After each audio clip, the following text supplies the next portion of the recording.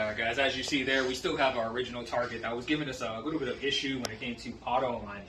You could always manual align your target on that guy and then you'll be all set to go. But we really want to try and get it on a wall that's just going to grab it every time.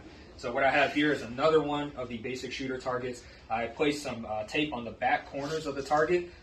This is how I prefer to do it. If you have Scotch tape, you can put it on the edges. And we're actually going to transition to this wall here where you see the photo is. So we're just going to take this guy down. All right.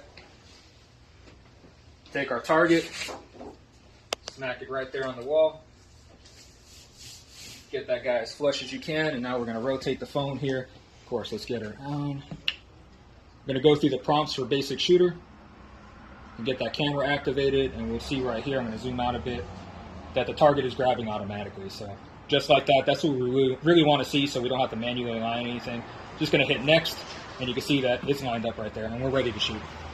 So that's basic target setup for you guys. If you have any questions, we do have 9 to 5 support Monday through Friday, Pacific time. Never forget that. We're on the West Coast, guys. All right, so if we're not answering, check the time.